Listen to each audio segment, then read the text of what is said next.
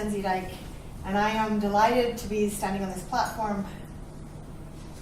I'm delighted to welcome all of you here, and I'm delighted to be working with Tigers to offer this conference and as one more contribution to what is happening in Scotland about understanding the distress that so many of our young people have been in and that so many of our adults have suffered. I was, by training, a research scientist who, for anybody who doesn't know that, and 7 years ago I stepped away from full-time academia and research in order to try to translate for the public the research that I found so exciting and that I loved producing. Something different is happening in our country about which I am really excited, despite the catch that you can hear in my throat. Because I think what the language of adverse childhood experiences, of ACEs, it's a new language. In many ways, we've been saying this for decades. We've talked about GERFEC, getting it right for every child. We've talked about the curriculum for excellence, which is child-led. We've talked about how to have child-centered social work. What would fostering and adoption look like if it was child-centered? We've had an understanding that gang membership is about people who want to belong somewhere. When you come from a childhood where you didn't really feel like you belonged. We've been talking about this for a long time. But something has happened with the language of ACEs that gives us a new way to understand it. And something has happened in our country in the last year. Because here's the ironic thing. In Scotland, we have been talking about adverse childhood experiences for more than a decade. And in fact, the Scottish Violence Reduction Unit, the police, first really brought ACEs to our country. John Carnican is here from the Scottish Violence Reduction Unit, along with several other colleagues from the unit, who brought Vincent Felitti, who's one of the key researchers in ACEs, brought them to Scotland a decade ago. And Vincent Felitti spoke at a really major conference. But we didn't have a revolution. Harry Burns, our chief medical officer, went around and spoke to thousands of people about the way we love our children. He's the chief medical officer, or he was until he stepped away and people grieved that. There's still people grieving the loss of Harry Burns' voice. Chief medical officers are in charge of what do you do with a broken leg? What do you do with cancer? What do you do with heart disease? And what Harry Burns talked about more than anything was the way we love our children. And he spoke to thousands of people about it. But we didn't have an ACE revolution. Something has happened in the last year that has allowed many more people to start to speak the language of ACEs. And I think it's due to two things. One is that our government has got more on board. So our national government has begun to talk about ACEs. We have an ACE hub. Many people might not have heard about that yet, but the more of us who talk about it, the more we'll hear, so I'm talking about it. There's an ACEs hub that talks about what it means for public health. Our First Minister has now stood up on several occasions and talked about ACEs as being one of the key public health challenges that we have in our country. There was a members' debate in the Scottish Parliament a few weeks ago in which there was so much interest from politicians they had to extend the time of the debate. And the chair had to stand up and say, I must remind you, you have only 4 minutes for your contributions. You can go and watch that debate if you didn't see it. There was a screening of the film Resilience in the Scottish Parliament in a parliamentary reception, and we had a much bigger turnout of politicians than we expected.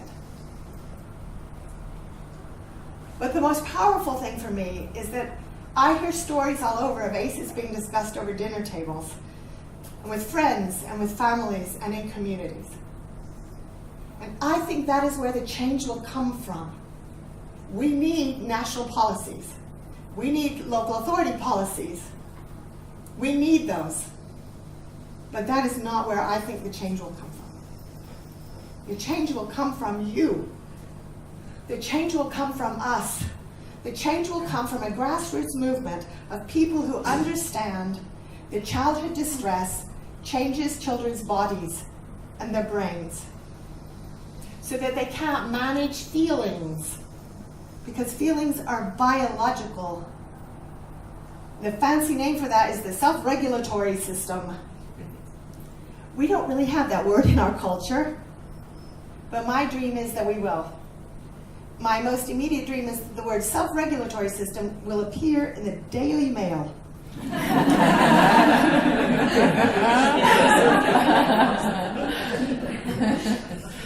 You heard it here first, and if you can help make that happen. Because here's what happens right now. People see behavior in a classroom or a school corridor or on a community street. And they see the behavior, and they call it challenging behavior, and they think that someone's bad. What they don't understand, what we don't understand yet, is that underneath is a biological state driving that behavior.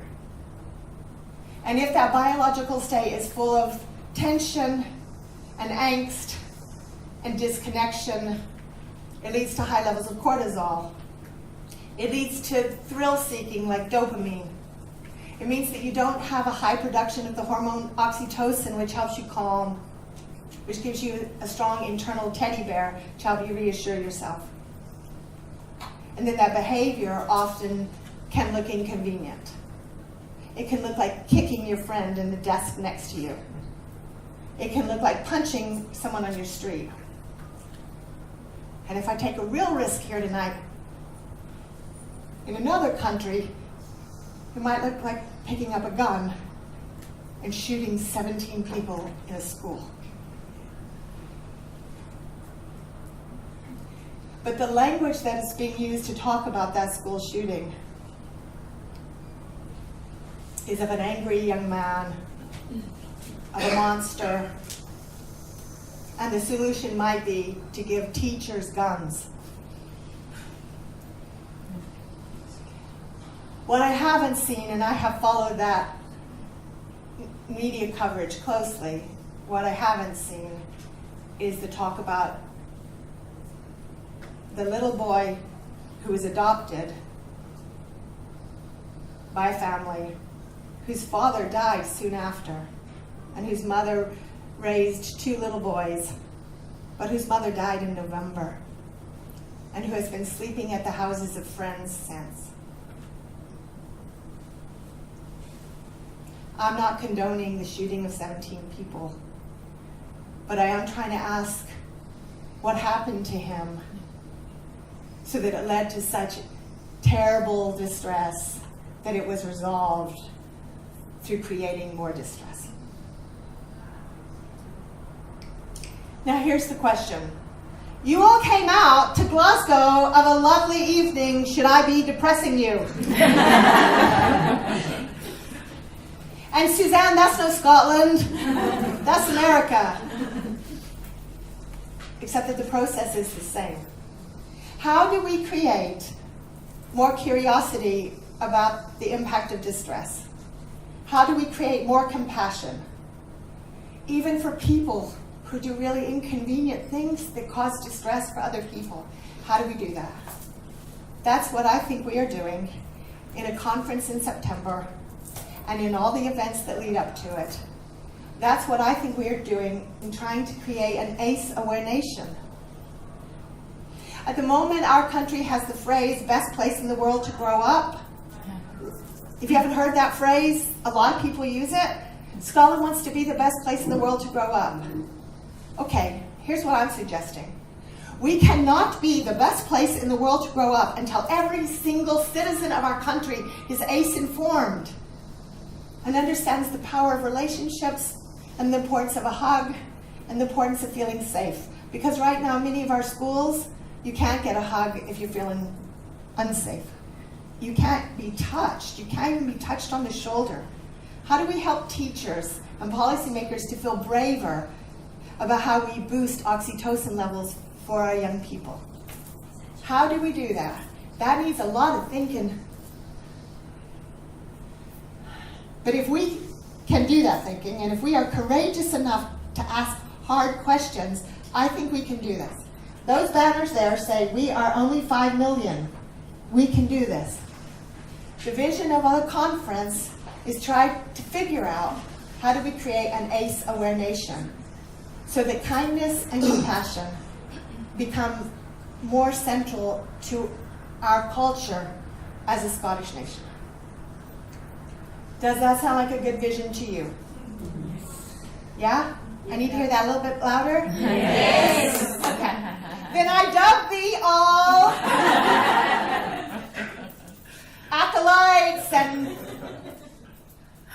the folks who spread the message, because that's what we need to do. Because tonight is about two things. Tonight is about officially launching that conference, and we're going to come back and do that in a minute. But first, we want to do something else. We want to celebrate Nadine Burke-Harris.